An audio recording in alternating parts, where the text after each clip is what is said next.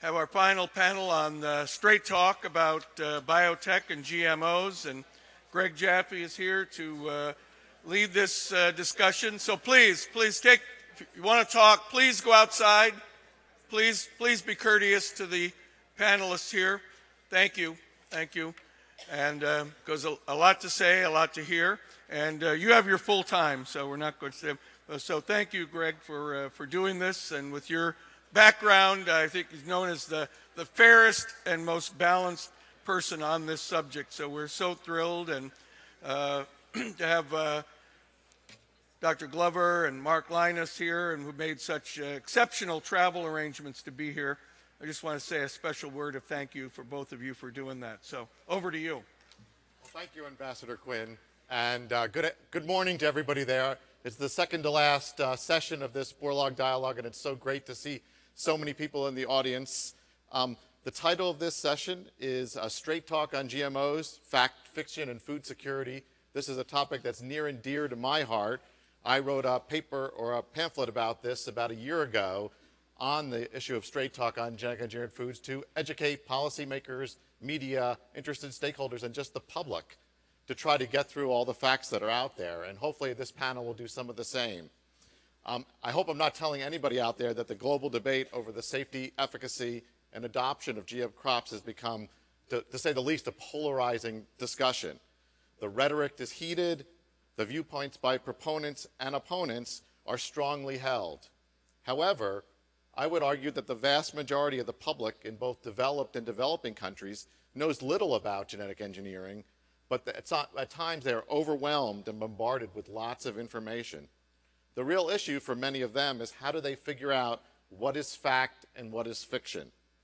So we can't cover all of the topics around, all of the issues around this topic today, but we're going to hope to get to a few of them, and we have a very distinguished panel of experts to do that.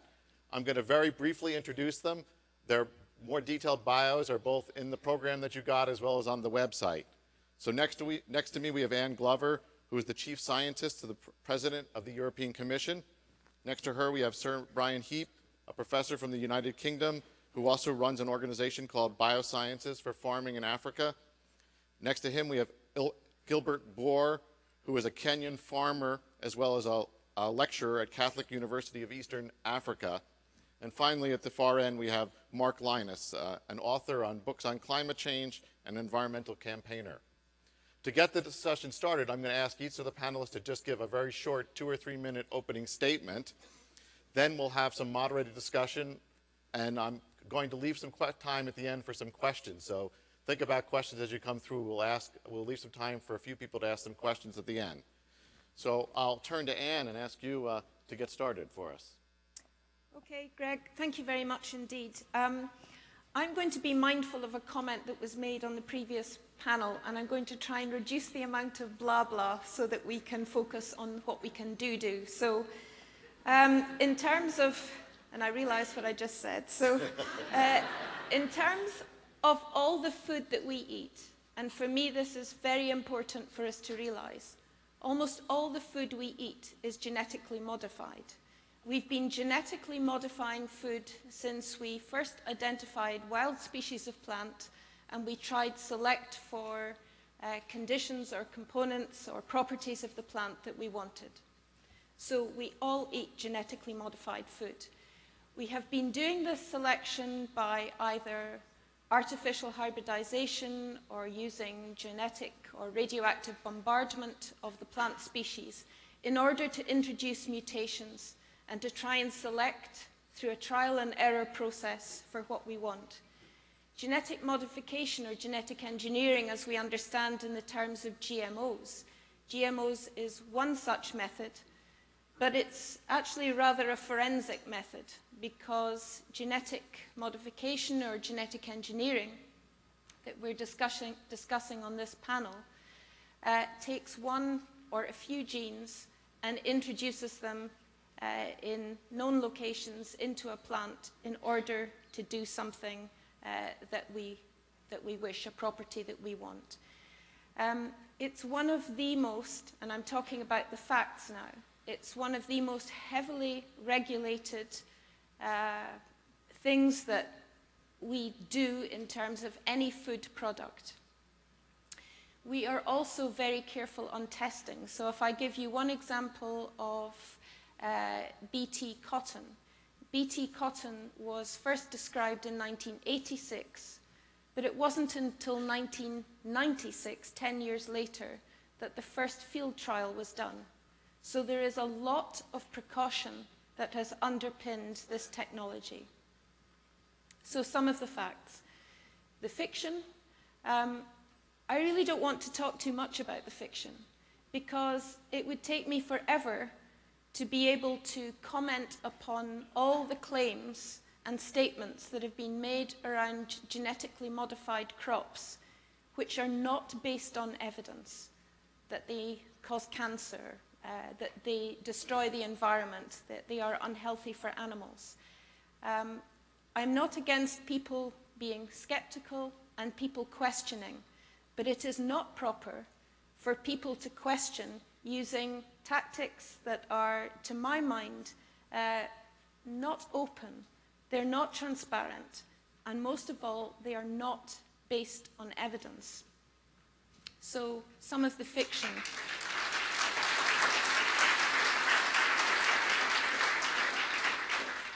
The last comment that I would want to make is on the food security aspect of this debate. And there is an enormous challenge. We've heard that. I think that to be able to meet this challenge, there are a whole number of different aspects.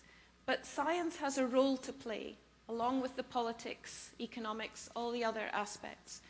What science can do is to offer technologies and offer safe technologies as well, well-tested, well-tried, and evidence-based. And I think that it's important to be able to address world food security.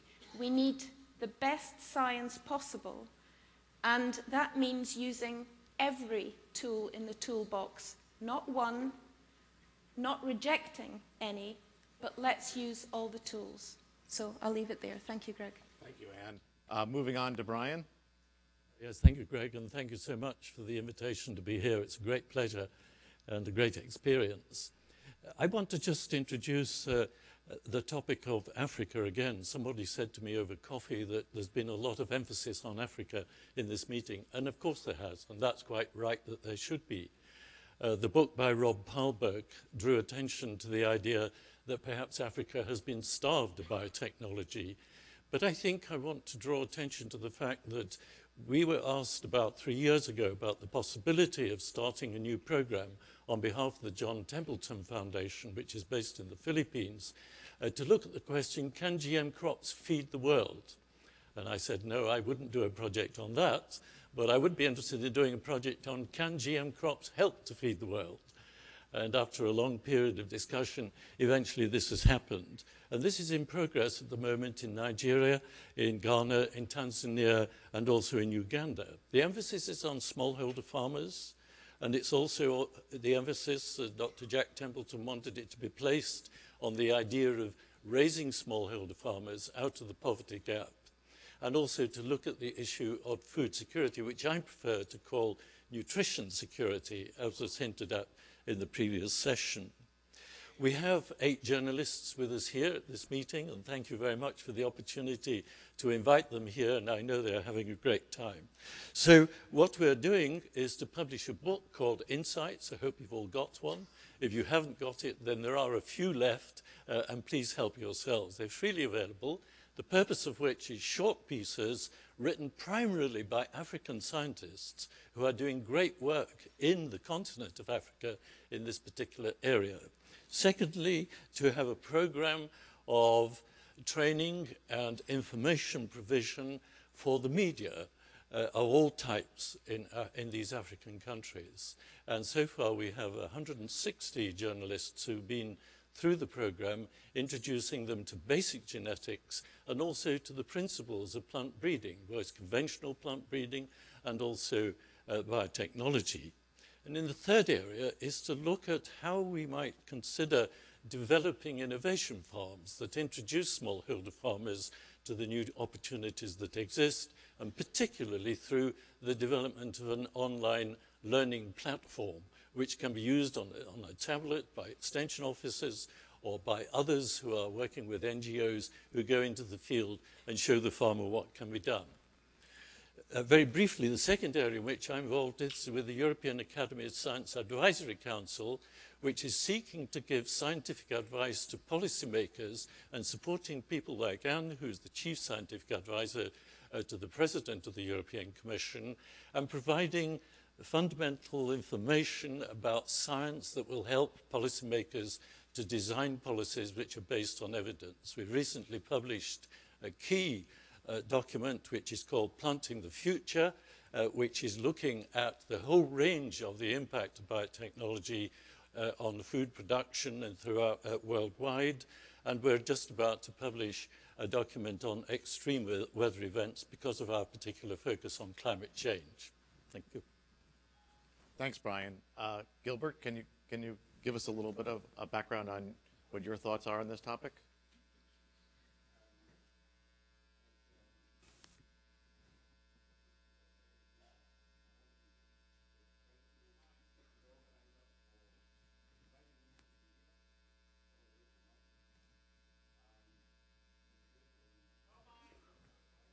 Oh.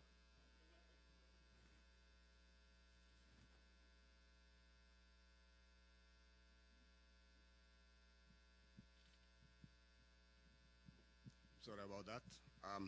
To start again, I say I want to thank the organizers of this symposium for inviting me to come all the way from Africa and to speak about our experiences on issues of food security and biotechnology. Africa, as has been said, is the next frontier. Africa is the continent that has the worst situation in terms of food security. And when we look to the future and the debate about the 7 billion people on Earth, moving on to 9 billion in the next 37 years, Africa is projected to have 1 billion of that number. And therefore, the discussion and the conversations that are going to take place are about how to get food security into Africa. And biotechnology, as has been said, is one of the tools that is going to be used to do that. But there are other serious situations in Africa which must be taken care of. One of them is about soil fertilization. African farmers use the least amount of fertilizer for their crops. Other technologies which must come to Africa include agricultural mechanization. Agriculture in Africa is labor intensive. We need to improve the issue of mechanization in Africa in order to advance productivity of the land and produce more food for the people in Africa. Africa does not use irrigation. Only very few places like maybe Egypt and a few other countries, but most of Africa does not use irrigation, and that has to be tapped in order to advance the issue of food security. The question of smallholder farmers is a major issue. Over 80% of the food consumed in Africa is produced by smallholders who have no access to technology. They have little knowledge about production, and this is the area that we will need to focus by organizing African smallholder farmers into cooperatives so that they can have access to the economies of scale in terms of machinery, in terms of capacity building and knowledge transfer, and use of fertilizers and other inputs. Now, my country, Kenya, I am proud that in this symposium, a Kenyan scientist was honored for her work in application of science, Dr. Mutegi, who is here with us today. Um, Kenya is also on focus because recently the government banned imports of GM foods. I'm happy to inform you today that on 11th October, the Cabinet Secretary for Health issued a Gazette notice. He formed a task force of scientists and academicians to advise the government on the way forward. That task force has started its work and is expected to report back to the government in 3 months to, as I said, advise the government on the way forward. And I expect that that task force will advise correctly that the government should remove the ban on imports of GM foods and move a step further and advise the government that we should allow the introduction and use of biotech seeds by Kenyan farmers. Thank you. Thank you, Gilbert. And finally, Mark, what are your thoughts? Thanks, Greg, and thanks to the organizers for inviting me to be here today. It is indeed an honor. I would like to start by paying tribute to the selection committee, the judges panel, who had the courage to cut through the controversy on GMOs and to honor 3 of the pioneers of recombinant DNA technology. This is an award which is richly deserved by them, and I hope that as a result of this and as a result of the leadership which is being shown by giving them the World Food Prize, we can begin to cut through some of the nonsense which has been talked about this technology, where it can begin to be, rather than being the plant breeding method that dare not speak its name, it can take its rightful place in the toolbox along with all the others. The results, the reality of the situation that we have today is that the techniques that these 3 pioneers developed are banned in the majority of the world.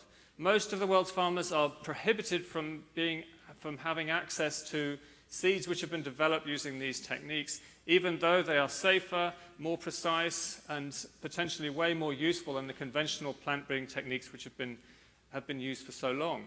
I call it prohibition based on superstition. As Anne said, there's no evidence underlying just about every allegation which is made against genetically modified organisms.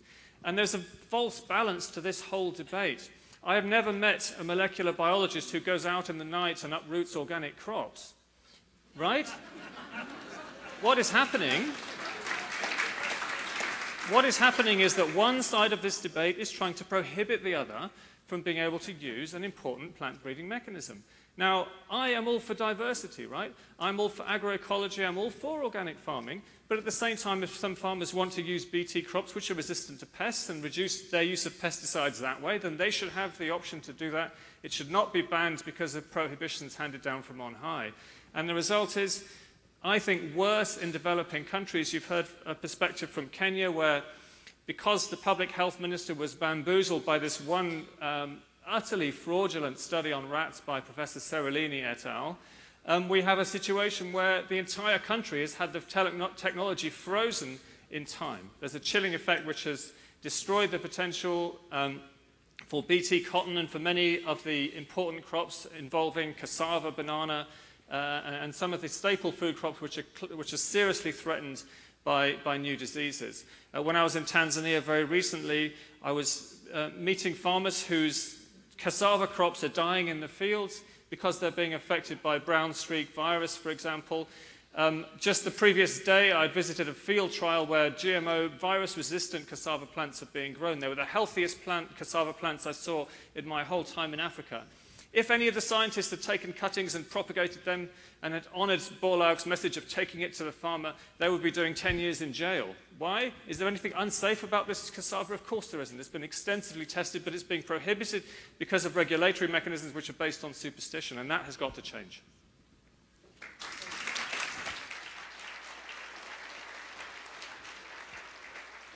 Well, thank you, Mark.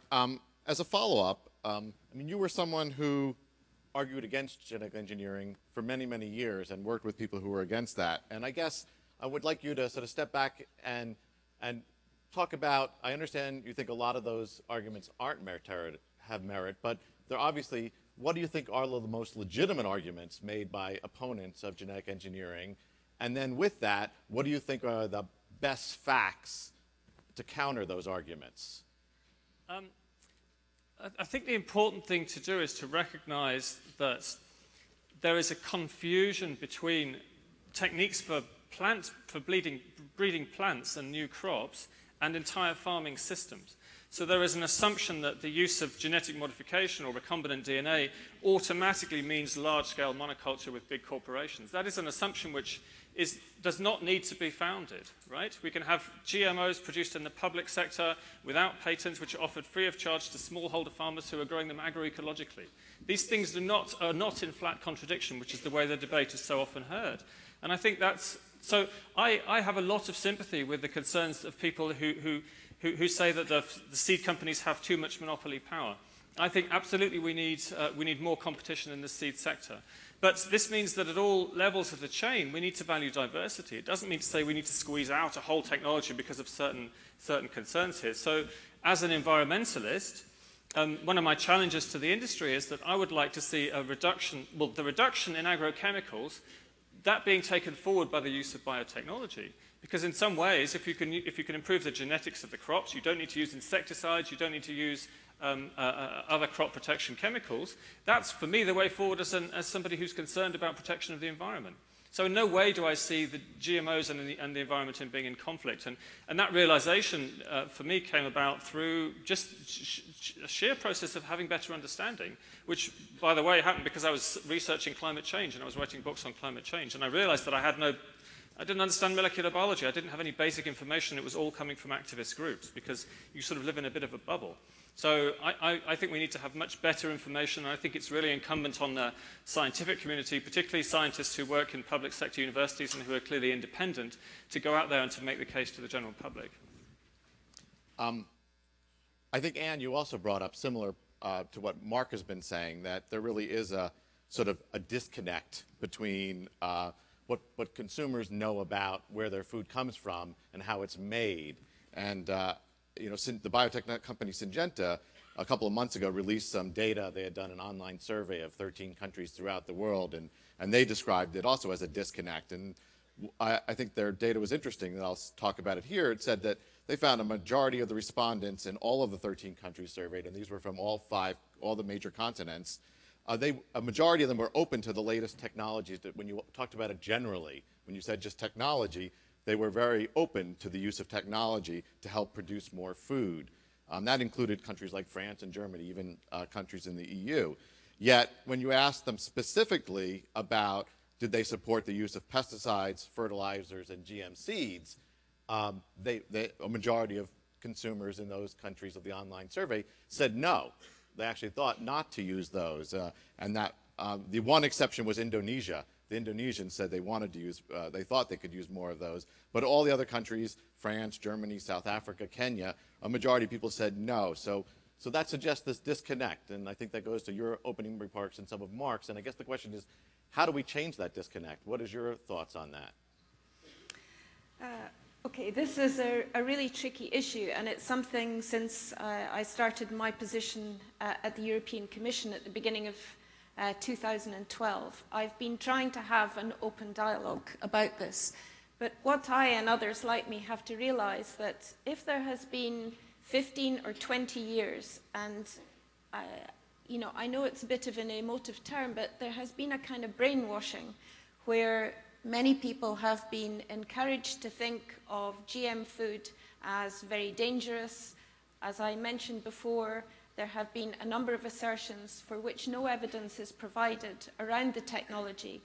And if you are, if you like, the casual observer, if you're living in Europe and you don't have the spectre of hunger directly in front of you, and also in North America, and we live in a state of relative luxury, we have the luxury to say, I don't like the sound of that, and so I'm not going to support it. And indeed, I'm going to lobby for others to prevent the use of this technology. And I say, and it is important, we have the luxury to do that. But actually, do we have, if you like, the moral imperative, or do we have an understanding of what the ethical implications are if we in Europe make these lofty statements that we want to see, and I've heard it said, organic farming feeding the world? I can't see the evidence that would persuade me that that is even remotely a possibility. So we do need to use lots of different options and technologies. And I think we have an obligation, particularly in Europe, with 500 million people there. We have an obligation to understand the implications the policies that we make have on others. They may well be unintended consequences, but nevertheless, they are consequences. And we've just heard from Gilbert that Kenya has banned the import of GM. Mark mentioned brown streak virus in cassava. So cassava is a staple food crop. It's also a plant species with very limited genetic biodiversity in its gene pool. And so to be able to deliver a virus-free crop, there almost is no other possibility other than GM for that particular crop. And do we just say, actually no? With 500 million people depending upon cassava for their calorie intake, and if we say no, what happens to that 500 million people? So for me, we have to understand the ethical implications of policies that we generate. And how we persuade people, actually, I wish I could say what the answer was. I don't know, but we must continue to communicate. If we don't do that, I think we are sadly on our way to losing a battle against global food security. You give me a good segue, Anne, to Brian. Brian, I know that you have some background in some of these ethical issues, and Anne brought up one of these ethical issues. But I think similarly, when you're talking about the debate over genetically engineered foods out there, a lot of scientists want to think this is all about the science. But let's just assume that everybody could agree on the science, that everybody could agree that the current crops are safe out there and the foods made from those crops are safe. I still think there would be a lot of opposition here, and it gets to other factors, socioeconomic factors, ethical factors, and maybe, Brian, you might talk about what you think those other factors are, and again, how do you deal with those in this debate that when you get past the science, even if we could agree on the science, this issue would not go away. Yes, thank you. I think you've touched on a key issue here. And just going back to what Mark said, who commented that it's very important for scientists to communicate what they're doing. Of course, scientists always get the blame, and I would say that, wouldn't I, because I'm a scientist. But let me just remind you that, in fact, the scientists in the Royal Society, the UK's leading academy of science, started the dialogue and the conversation on many of these scientific issues in the 1970s and the 1980s, with a very strong drive to look at the question of the public understanding of science. Of course, that debate's moved on. It's now moved on to the scientific understanding of the public. And it's moved on even beyond that point, of course, which we might come back to later. But on this question of the ethical issues, yes, there is huge evidence that the products of biotechnology are safe. And just recently, there's been a paper published from the University of Perugia. 1,738 papers were reviewed to see what the consensus position was on safety. And it was demonstrated that these papers were overwhelmingly pointing to the fact that this is safe for human consumption. However, and the European Union, for example, have spent 200 million euros looking at this particular issue. But of course, there are the other aspects to do with safety, which is the question of safety to the environment. And so the four ethical principles that I think we have to touch on here are, is it safe? These are the questions that we're faced with by people who ask questions about the technology. Is it safe? Is it natural? And of course, we now know from the study of the genome, and particularly the plant genomes, the brilliant work that has been done by plant breeders over the last decades, which has actually prevented us falling into a huge world famine crisis. This work, which involved crossing and moving on to the development of new varieties, that these genomes now have a very different composition than they had at the beginning, and this, as Anne indicated, has been going on for years. Then the third question is it fair? Of course, this is a complicated question which was touched on by the Cardinal yesterday very helpfully, I thought, in which we look at the question, is it helpful? Is it fair to industry, which makes the investment? Is it fair to the public, who have invested through the public sector? Is it fair to the farmer? The question of whether he can gain access to the products of this technology. And these are questions that have to be addressed and looked at seriously these days. But it's the fourth hurdle, of course, which caused the huge problem in Europe. And many people have asked me already during this meeting, why is Europe so different? And if we just go back 20 years or so, may I just remind you that there was the first biotechnology product that was brought into Europe, which was bovine somatotropin, the purpose of which was to increase milk yield in cattle. But we had milk lakes in Europe. Why would Europe want to increase milk production in dairy cattle? And so around that time, then the GM crop issue came in, but at that time we had grain mountains because subsidies and the Common Agricultural Policy had resulted in excess quantities of material. So the question, the fourth hurdle, is the one which I think becomes critical. Is it needed? And Anne's already referred to the fact that we have the luxury in Europe and being able to say that we can buy food from wherever we wish to go. Now, that may not always be the case, and I think the situation in Europe is changing because now there is a recognition that food security, nutritional security has become such a big international question that we have to face up to.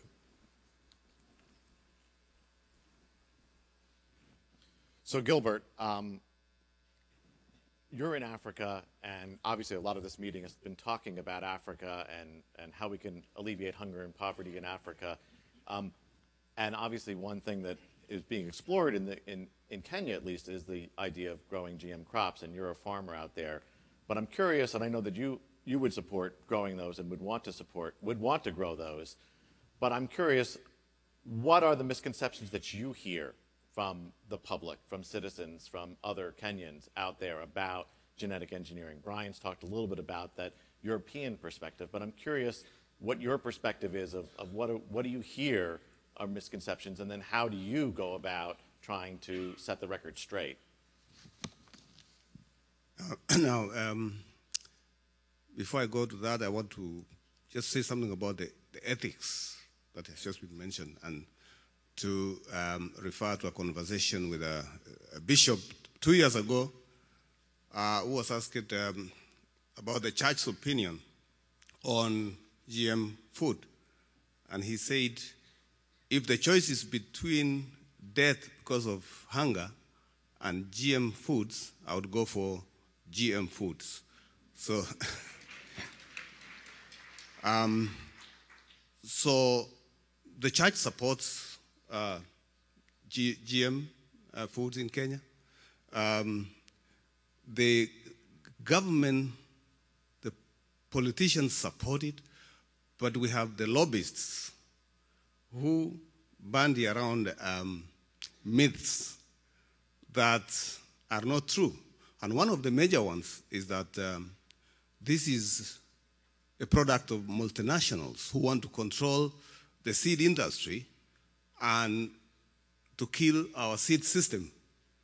And Mark just referred to that competition by seed companies will be there. We have our own seed-producing companies in Kenya and other countries. They have the capacity to compete. It is not true that Monsanto, for example, wants to dominate the seed system in Africa, because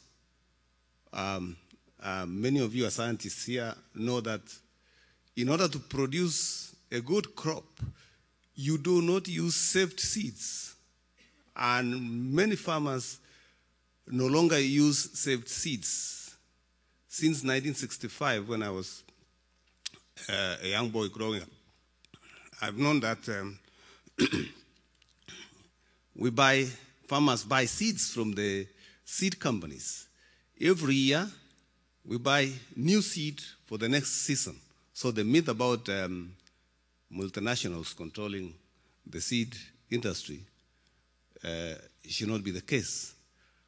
Other myths are that because we sell many of our products from Africa to Europe, for example, tea, coffee, and flowers, roses, and so on, Europe will refuse to buy our products if we go GM. And I say that is politics, and this is competition between political science and life sciences. And this is an assignment for scientists to communicate, to send out awareness to the policymakers, to the farmers, to the consumers, that all that is not true. In any case, trade between African countries is greater than between African countries and Europe. African countries should open the barriers to trade among themselves so that the question of where do we sell our produce does not arise, because that trade can be done within Africa. And eventually, Europe will see sense, and we have had, they are coming up, they are seeing sense, and they should soon remove the barriers they have put against biotechnology.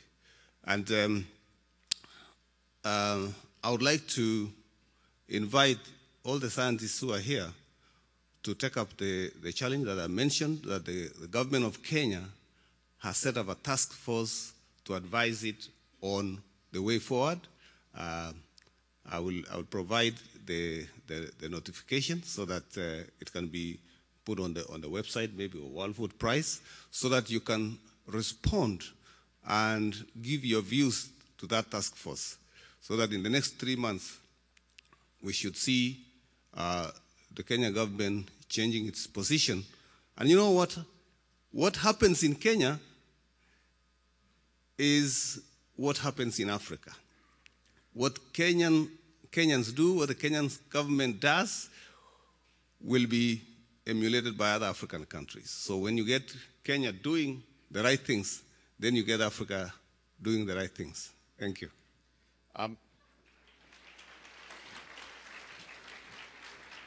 Thank you, Gilbert. I think that's great that they're doing that task force, although I do a fair amount of work in Africa, and I guess it's better to do that now, but it's better late than never. But the reality is, I think a lot of people in the room would like to get to the situation where, when a study like Seralini comes out, that the policymakers look to the experts, whether it's the National Biosafety Authority or other experts in the country, before they make their decision, instead of making a quick decision and then all of a sudden, then a few months later, trying to reassess that decision. And I guess that's a challenge to everybody here. But I think that's something particularly that's been difficult in Africa, whether you're Kenya or Egypt, which also was growing corn and stopped growing it all of a sudden because of misinformation. And so I think that's something to think about. I think that's true. The previous government, which went out of office on 4th of March, was quick to react to Seralini's study. But we have a government that is promising to follow what science says. We have a government of politicians who are scientists, and my sister there, Dr. Mutegi, is evidence that we have enough scientists in Kenya who can actually support the debate so that the government can work using evidence from scientists, not from lobbyists. Well, thank you, and I hope that is the way it's going. Mark, did you have a comment you wanted to make? Gilbert is being too diplomatic. Let me share a horror story or two with you from my own experiences in Africa. To give you an example, in Uganda, there's groups who take photoshopped pictures of ears of corn with babies' heads coming out, and they take these into the rural areas where farmers are growing maize and say, this is what a GMO is. And of course, they don't even know what Photoshop is. They don't know these pictures are fake. They think this is real. And who's funding these? Well, this money is coming from Europe. It's coming from the activist groups. When I was in Tanzania, I was doing a talk in a town called Morogoro, and there were organically trained farmers who, one of them stood up and said, he knew that GMOs would turn your children homosexual. And I would have walked out in protest had he not said that in Swahili. I didn't understand when he was talking. And, you know, where was the funding? This funding for this misinformation was coming from the organic movement in Europe, which is funded by the European Commission. I will let the cat out of the bag here. You remember the golden rice crop that got destroyed in the Philippines by an activist group called Masipag? I looked into their funding. Their money comes from the Swedish government, from the Swedish International Development Agency, who's put hundreds of thousands of dollars into this group, which is now destroying the food security prospects and potentially holding back a project which could save tens of thousands of lives per year. Why is this acceptable? I think this is a moral outrage. Brian, did you have something to add?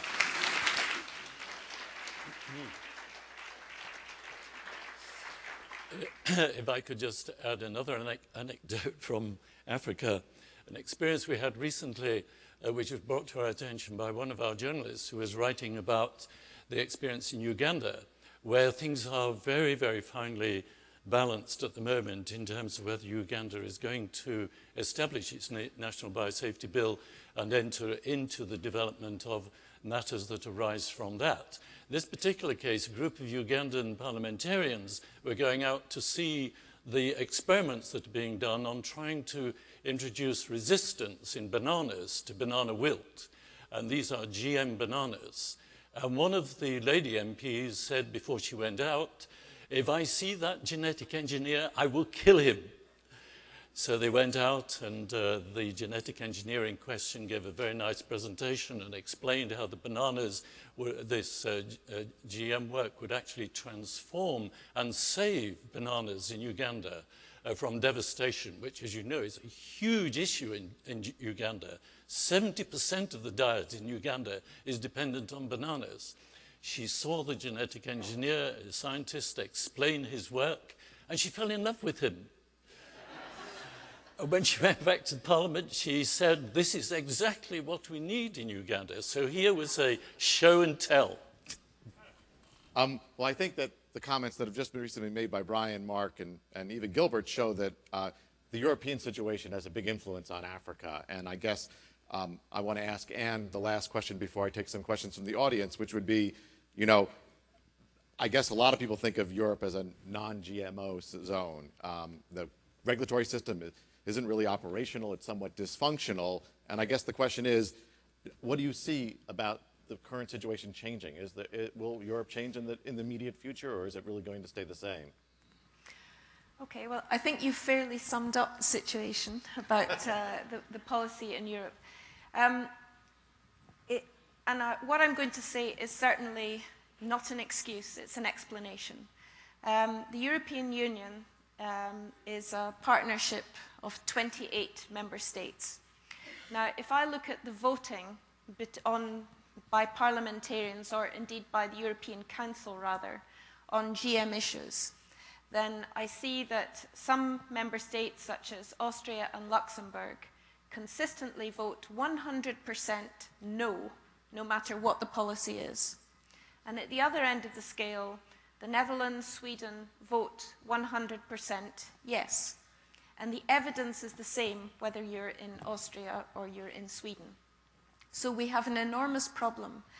And for me, and one of the things that I'm trying to do by speaking with my colleagues inside the Commission, also speaking to parliamentarians, and sometimes being in a very uncomfortable space in that whole environment, is to challenge people on their views and their rejection of evidence and their willingness to listen to unfounded propaganda which is coming from other places.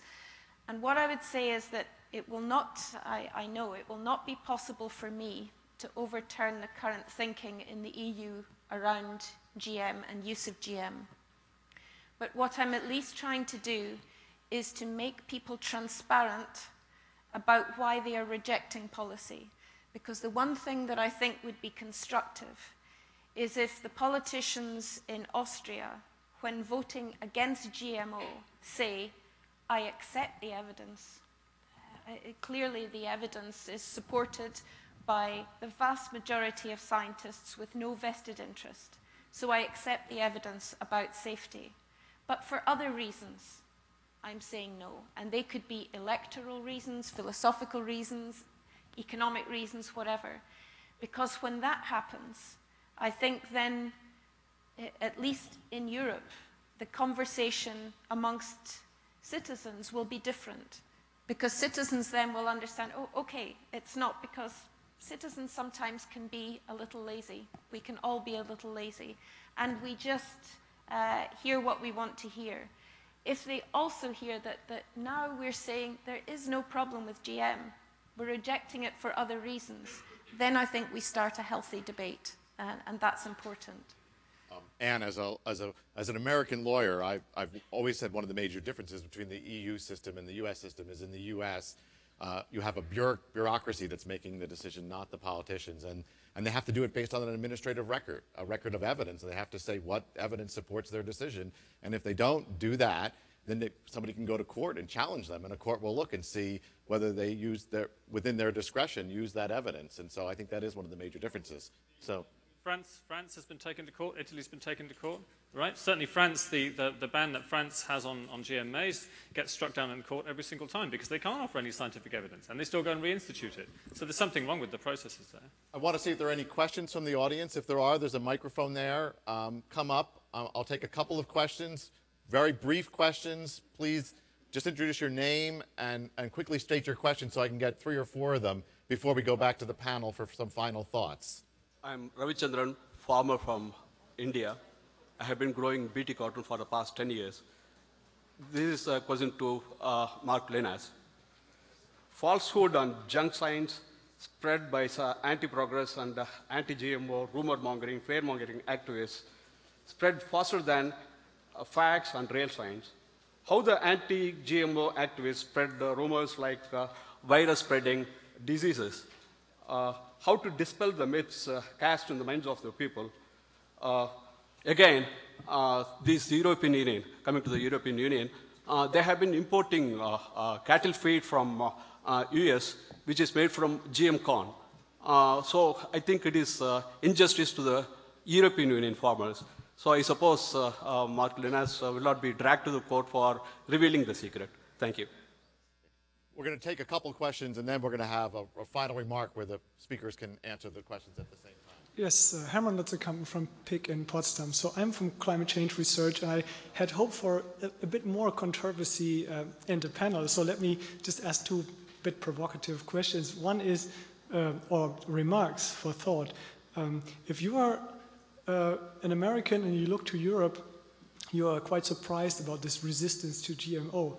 Now, look at the climate issue. If you're a European and you look to the US, you are it's very similar if you think about it. You are very confused and disturbed about what's going on in the US. So just a thought on, how people react on scientific facts. And I think we got 2 very good arguments about you have to look very carefully into Europe and specific aspects why there is this opposition. The other remark is on lobbying power.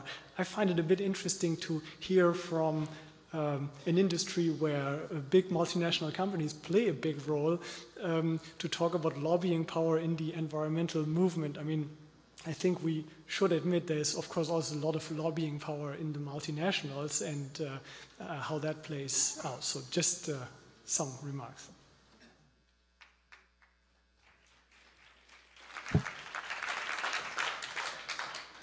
My name's Adam Rizzleman. I'm a senior at Drake University and a past Borlaug intern. I guess the good PR crops that you see, like your golden rice, as well as your virus-resistant cassava, are mainly developed at like public institutions that are providing these good PR GM crops. What role do public institutions versus like profit-driven institutions such as DuPont Pioneer or Monsanto or other universities or organizations in the local areas do to provide access to GM crops for specific areas in developing countries? One more question, and then we're going to go back to the panel. Hi, my name is Piper Martz, and I'm a current Wallace Carver Fellow. I was hoping that maybe you guys could shed light or dispel some of the qualms, environmental qualms against GM biotechnology, and maybe talk about some ways that GM technology sort of deals with soil degradation or problems with water. But yeah, if you guys could just dispel some of the environmental qualms. Okay. What I'm going to do here, we just have a few minutes left for the panel, so I'm going to ask each of the panelists to give some closing remarks, and in those remarks to please, where appropriate, if you could answer the different questions that we got. I'll start with you, Anne. Okay, so make it brief, please. I will make it brief. I want to challenge all of you to think about one thing, and that is confirmation bias. So if I give you an example of this, and Greg, I hope you take this in the right way, what I'm about to do. I've known Brian for some time, and I really like him. So if somebody runs up to me and tells me that he strangled the desk clerk down at the lobby in the hotel, did I hear that Brian did this? I'll say, you must be mistaken. That can't be Brian. He would never do a thing like that. But let's say I don't really like Greg. And somebody said exactly the same thing. Did you hear what Greg just did? It was astounding. He strangled that clerk who did nothing. I think I knew that, you know. I knew he was a guy who could never be trusted. That's confirmation bias. And it's something that applies to every single one of us. And here is our problem. Because if I somehow inherently believe there's something wrong with GM, and somebody tells me, did you hear that also it causes babies' heads to grow out of corn, then I believe it, because it confirms my bias. And this is the biggest challenge we've got. And the final remark on just one of those questions, and I'll just pick one, which is actually very close to my heart, and that is the evidence around climate change and the evidence around safety of GM. Now, I know for sure, as much as a scientist will ever say, climate change is happening, it's rapid, and humans are having the impact on the planet, because all the evidence tells me that. I also know that GM crops, the technology per se, is safe. And yet it's interesting to me that people will choose to believe one thing I say because it fits in with their confirmation and not the other, when actually I'm an honest broker. So I would ask that we listen to the scientists, the people who generate the evidence, to start off with the platform of knowledge on which we base policy. But policymakers have a real obligation to take some courage and some leadership to listen to the evidence and not to listen to the lobby groups. Thank you. Brian, if you want to give us a quick closing remark. Yes, thank you for the questions about the difference between the situation in the USA and Europe. Let me just add another one into the mix, because if you consider the stem cell discussion, here we have the extraordinary situation where Europe, and particularly the UK, are world leaders in stem cells, whereas in the USA there's great hesitation about the way that that is being developed, with a few exceptions.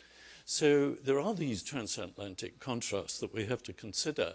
And I think it's quite interesting to reflect back on something Charles Darwin said a long time ago. The misery of the poor be caused not by the laws of nature, but by our institutions. Great is our sin. And I think we have a real problem in Europe. I'm, I think, slightly more pessimistic than Anne, because unfortunately the GM debate in our population in Europe has now got to the position where people have rejected it repeatedly, as she has indicated. And this has got into the mindset of our citizenry. And it's going to take a lot of change to cause that to be brought about. And Marty Kaplan in Yale has written a very interesting article on this issue about how do you bring about behavioral change. And let me just quote something he said. No Fox News viewers ever change their minds because some new data upended their thinking. When there's a conflict between partisan beliefs and plain evidence, it's the beliefs that win. The power of emotion over reason isn't a bug in our human operating systems, it's a feature. And that's a challenge for us for the future. Thank you, Brian. Gilbert, do you have a closing remark? Brief, please. Thank you. My closing remarks are that GM is safe, and I believe it. I'm not a scientist, but I believe in it because I have lived with science since I was born. As a child, I went through various vaccinations to take care of my life.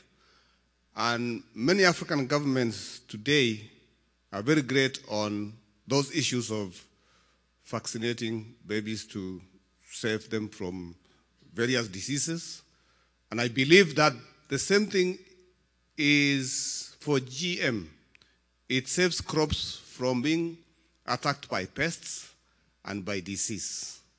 What we need to do is to make a lot more noise, maybe louder than the opponents of biotechnology, so that we can be heard. You know, if we allow them to be heard more, people are likely to believe what they are saying, which is not the truth. Thank you. Mark, if you could have a couple of closing remarks with an answer to the question or two. Sure. A phrase I like is that anti-GMO activists are the climate skeptics of the left. And when I first made my sort of big public conversion on this, I got loads of email from climate skeptics on the right saying, well, now at least he's going to realize that since GMOs are safe, climate change science is a hoax. And I was like, you know, not only are you missing the point, this is just the flip side mirror image of where I was before. Why would that make any sense? And so how are we going to be able to get through the situation where our sense of reason is mediated by our value system and confirmation bias becomes the most powerful operating system? And I think that's a very difficult thing to confront, obviously. But in terms of this debate, how things play out in the future, and there was a question from India about how to dispel some of the myths. I think what's really missing at the moment is the voice of the farmers. And I mean the legitimate voice of the farmers. I don't mean activist groups from either side posing as farmers. I mean real farmers representing, you know, national farmer constituencies, saying whether or not they want to use hybrid crops, whether they want to use open pollinated varieties, whether they want to use GMOs. It should be their choice, and I think that should be respected by everyone. Secondly, the voice of the scientists. What has kept me strong on climate change, writing about this, is the knowledge that there's a very strong scientific consensus. There's a whole process with the IPCC doing its assessment. We need something similar, I think, in this terrain of biotechnology because it is so contested. And scientists aren't going to have to say their thing once, they're going to have to say it twice, 3 times, 4 times, 5 times, and so on. So the voice of scientists and independent scientists in particular is absolutely crucial here. Thank you, Mark.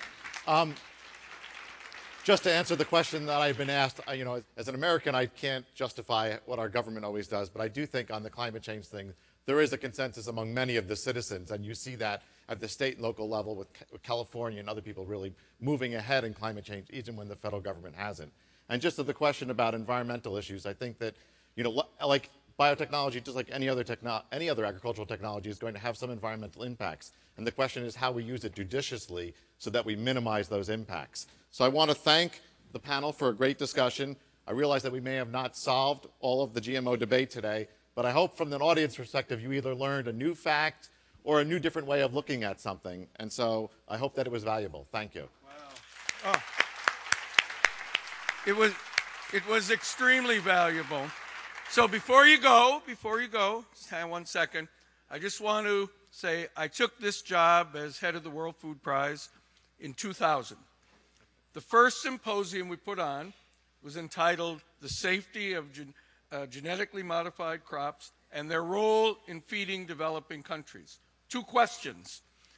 Now, 14 years later, it's so appropriate that at this symposium we end with the sessions we had today, because they address those 2 questions and bring it there. We had maybe 50 or 70 people here 14 years ago. The room's never been so full, and for all of this.